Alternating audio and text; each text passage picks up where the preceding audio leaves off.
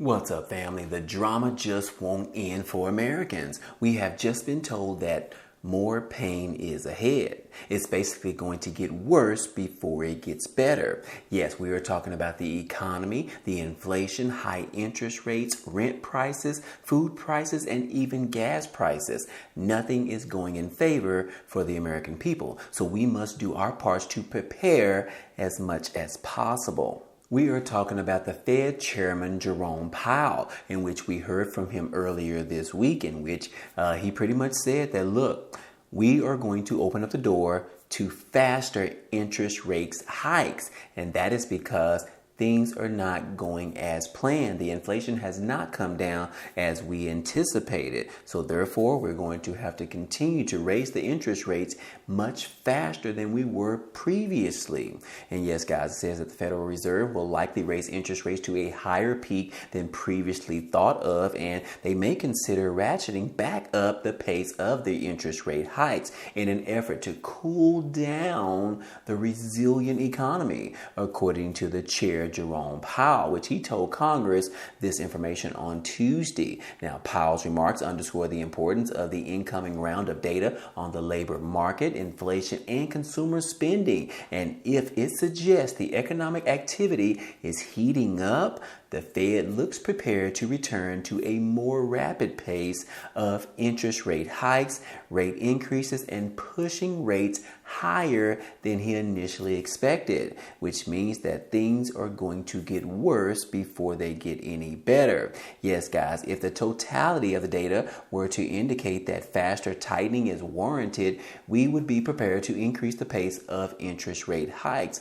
according to Jerome Powell. And yes, guys, this is pretty much the first time that he had a testimony in front of lawmakers on Capitol Hill, in which he hasn't had this in over the last 9 months. So anyways, guys, this is kind of an outlook on how he sees the economy and how pretty much how great it is doing according to the spending that is going on in this country, as well as the American people are not necessarily complaining as much as they originally thought they would. So anyways, guys, he said that we've got to change that. We've got to change the way the economy is really doing strong right now, in which we need to raise the interest rate hikes because our main objective is to get this inflation to come back down again. Inflation is still sitting at around 8 to 9%, in which we really need to see that inflation number come all the way down to about 4% or so. So anyways, guys, that is what we are hearing right now, according to the Fed chairman. And yes, guys, pretty much it is going to hurt. It is going to hurt a lot of Americans, especially our low-income families who are already suffering already as it is. And now that the interest rates continue to go up, inflation is continuing to stay very high right now. Prices on gas, food, as well as natural gas in your home just to stay warm in the winter season. Yes, guys, things are going to get a little bit tough. But anyways, guys, moving on, we do want to go ahead and talk about some other bad news that is going on in our economy. And yes, guys, we know we're pretty much sitting at the third month of the year. And so far, the United States has surpassed 100 mass shootings in over the last 66 days or so. Yes, guys, according to this particular article, the U.S. has surpassed 100 mass shootings. Can you believe that? I know a lot of times we don't necessarily hear about all the mass shootings, but this is according to the recent data from the Gun Violence Archive, in which they define mass shootings as situations in which at least 4 people are shot and either injured or killed, not including the actual shooter. So anyways, guys, be mindful of this information because this number will probably go up throughout the entire year. So be diligent, be mindful of this information, that there could be someone in your grocery store or in the mall or somewhere like that that could start another mass shooting. Protect yourselves, guys. We will continue to keep those in our prayers in the meantime. Also, guys, we did get some information from the White House, and this is going to affect a lot of Americans because, let's just face it, guys, a lot of Americans spend a ton of hours every single day watching TikTok videos as well as Instagram videos as well. But Instagram is a local company, but TikTok is a Chinese company, in which the White House is definitely considering banning TikTok nationwide. We previously saw TikTok was banned from government agency phones and their devices, but now we could actually see TikTok get banned from all of the United States. And yes, guys, there has been a recent bill that would allow Commerce Department to impose restrictions on technologies that pose a risk to national security. And the White House said that it backed the legislation introduced on Tuesday by a dozen senators to give the administration new powers to ban Chinese-owned video app TikTok and other foreign-based technologies if they pose any type of national security threats. So anyways, guys, that means that President Biden himself can actually do the dirty work. He could actually put forth a ban on the TikTok app, which is pretty much going to affect millions of Americans. And the sad part about this is a lot of Americans use this as entertainment just to cheer them up on a daily basis. But anyways, guys, that is the latest information on TikTok. I know we have been talking about this for quite some time, but it could come down to the president just pushing the button and banning this app altogether. So anyways, guys, also speaking of President Biden, he recently introduced a new Medicare plan earlier this week as part of a broader budget rollout. And yes, guys, he has vowed and said that he wants to protect Medicare, in which a lot of Americans are talking about the Medicare trust fund is going to run out of money by the year of 2028. But President Biden unveiled a new plan, a legislation bill that could actually add additional money to the Medicare trust fund so that it doesn't run out for at least 2 more decades. And yes, guys, this particular plan includes a tax increase for those wealthier individuals who make more than $400,000 per year. This is going to provide additional income or payroll taxes to actually fund the Medicare trust fund so that it can last for an additional 2 decades, or in other words, 20 more years. So anyways, guys, that is definitely some good news right there, especially for our Medicare recipients.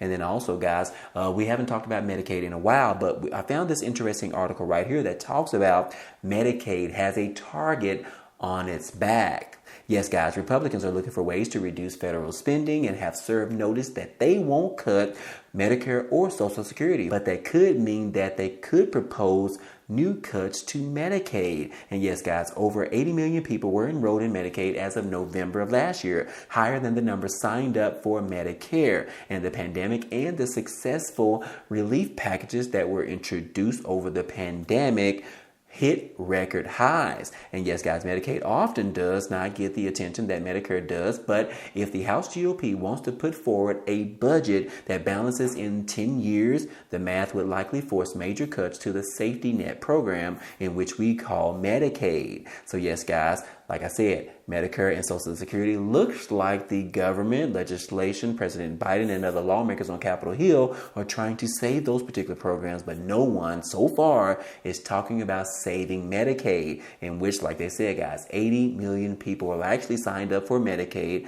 last year. So there's probably even more signed up this year. But anyways, guys, that is a target on their back. And hopefully we will see some new legislation come out very soon that is going to save this particular program as well. I'll keep you guys posted as usual. And then also, guys, we did receive some updated information in regards to COVID and our favorite ally, China.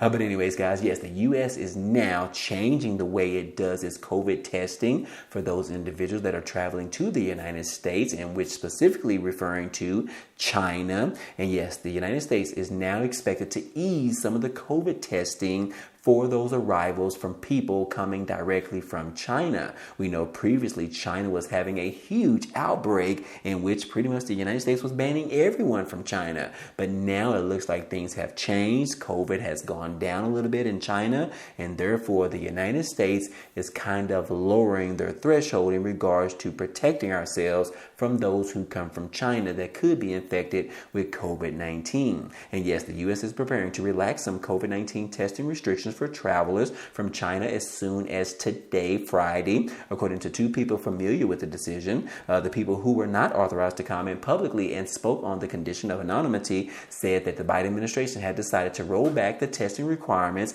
as cases, hospitalizations, as well as deaths were declining in China, and the United States had gathered better information about the surge. The Washington Post was first to report this information earlier this week. So anyways, guys, like I said, those restrictions were put in place back on December the 28th, and now it looks like those restrictions are going to be clawed back just a little bit. And then last but not least, guys, let's go ahead and talk about our former president, Donald Trump.